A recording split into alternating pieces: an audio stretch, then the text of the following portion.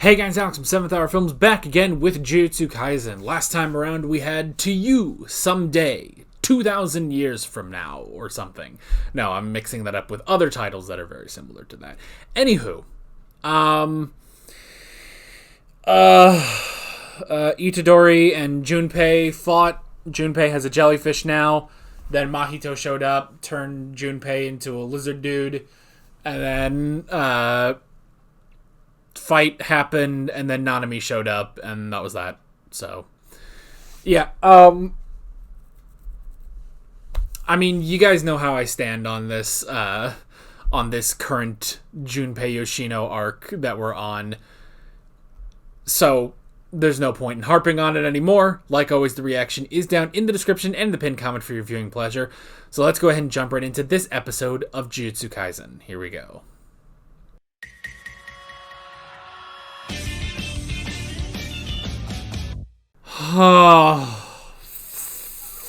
Finally. I waited a month for that. I waited a month for that good episode. Thank God. Thank God. That was so long. I feel like I'm the only one who's gonna feel like this, but man, that was rough. That was a rough 4 weeks we had here. Holy crap. I mean, here's the thing. Maybe a good thing about this episode, we didn't have to talk philosophy for 8 hours. I mean, they talked a little bit, but like, I don't know, man. Maybe it's not the talking philosophy. Maybe it's the fact that Nanami is a much better character to talk about that with, you know? Nothing really in particular about, like, his backstory or anything that lends him to it. It's just, I don't know. It's like, look, I hesitate to call Junpei, like, an angsty teen because that's really discrediting Junpei, you know? Like, he's been through crap. He has been through absolute crap. Where, you know, just the bullying, the scars, you know, his mother's death, you know, everything. Like, he's been through so much to where you can't just boil it down to being an angsty teen. But oh my god, was it not interesting in the slightest. Something about Nanami, I don't know why, but just, like, with Nanami here, it's like, honestly, Nanami may be my favorite character, honestly. I mean, see, I feel like everyone has to put Gojo at number 1, because he's Gojo, you know? He is Gojo, but at the same time, honestly, I really, really like Nanami. Like, he's such an interesting character. And you'd think he'd be a bore, you know? You'd think he would be so boring. He's just kind of a stick in the mud, but he's not, you know? You know what he is? He reminds me of Lloyd Forger, honestly. He's just not dealing with Anya. He's dealing with Yuji Itadori. That's the difference.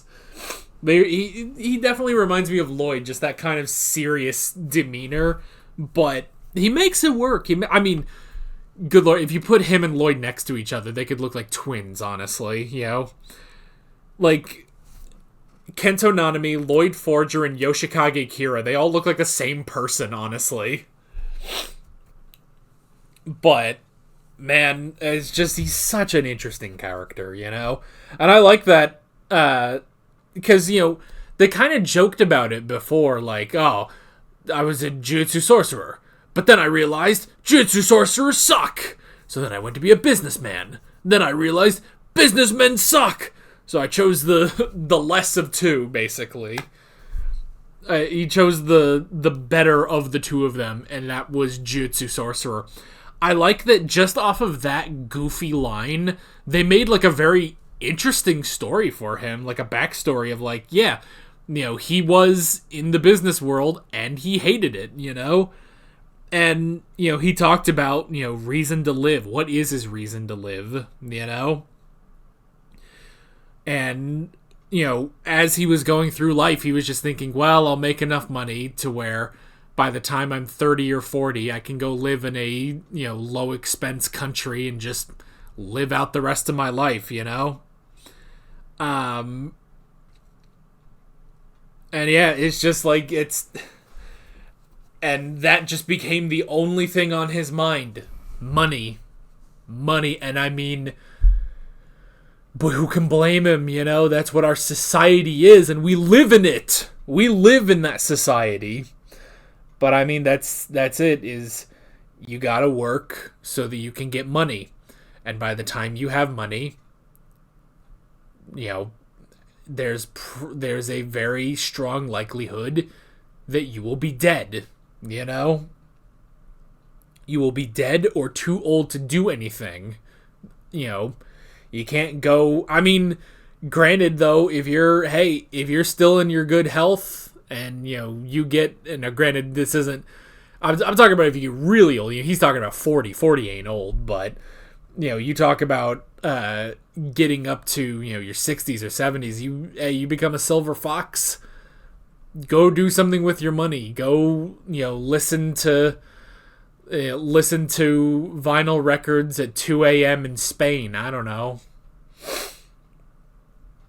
That's probably a little too expensive, but hey, if you can make the money, But yeah, I mean, that's kind of something that all people have to deal with in life of like, it's great when you can do something incredible and fun and something you really enjoy, but oh boy, but getting to that point is very, very difficult, So I like that, but I like that he does, because he has an option, It's, you kind of have to work with the options that you have, And for him, he looked at his options and he said, you know what? It would be more fulfilling to be a Jujutsu sorcerer. Even though he hates it. He does hate being a Jujutsu sorcerer. But there are moments, and I like that where, it's like the only person who vaguely cares about him is this bakery girl, This nice girl at the bakery who, and I like how he points out, it's like, if I were to disappear, they would just replace me immediately, Like, it doesn't actually matter if I die. But you have more, purpose, more use. You are of more use to people because people need bread, And it's, this fool's paradox that he makes more money than her, And I do like her being like, it's a little complicated for me to follow, but I like that. But in that moment, he's like, this is the only person who does somewhat care about him, She recognizes him. He always comes and gets a ham sandwich. And, that day when he came in looking so tired, she asked, she was concerned, So because he said, like, he could leave it alone. He could leave that little curse on her shoulder alone. But he decided to get rid of it. He got rid of it, helped her with her burden, the literal, weight on her shoulder.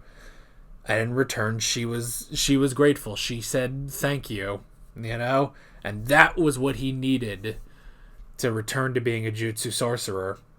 I do love the detail, too, that he called Gojo. He's like, hey, I'm going to be coming by Jutsu High tomorrow. Why are you laughing? It's like Gojo immediately knew. Like, Gojo always knew he would come back to Jutsu sorcery. He was just waiting for the day. So, either that, or...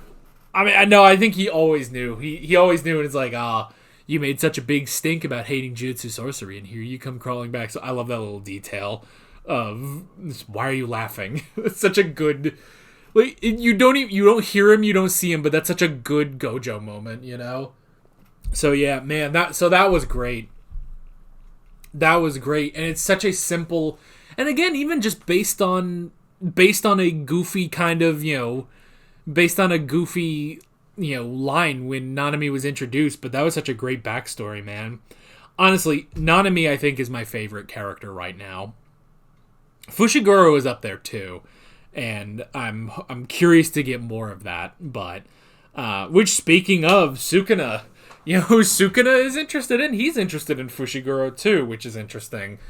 That was really interesting. That it's like he doesn't care about most people. He'll let pretty much everyone die, but Fushiguro is the one who intrigues him. So I'm very curious about that. And I like that moment of, Mahito doing the domain expansion. And it's an interesting thing, like, learning a bit more about domains. That it's like, it's for trapping someone in. But Mahito didn't realize that by leaving Yuji on the outside, he's more able to break in because, it's for trapping something in, not keeping something out, So Yuji was able to break in, and because the domain is a guaranteed hit, basically, it's like a Master Ball in Pokemon. It's a guaranteed hit. It's guaranteed to hit Sukuna, so Sukuna had to respond, Like, that was really interesting. And even though, Yuji says, like, well, I didn't do anything, Sukuna did. It's like, well, but at the same time, it was you that broke in, Like, that still counts as you saving him, even if, what you ended up doing was unintentional, So that was great. And then just watching Mahito suffer is so nice. Like, and I knew he was going to get away, he's going to get away and we'll fight him again later, but man, I just don't care about Mahito, so. But again, in this episode, it was better. It was better in this episode, so. So yeah, and then we had the talk about proper death. Can you even do that at this point? But, while Yuji is unsure of the proper death, he knows at the very least he will not lose again, He will not lose, At the very least, you can ensure yourself a proper death, Maybe, but that talk was really, really great. And I like that is a conflict for Yuji, Like, having to kill someone, and he had to do it. He had to do it, basically, but it's gonna weigh on him, and I like that it does weigh on him, So, thank goodness. Thank goodness, this episode. Oh, thank you.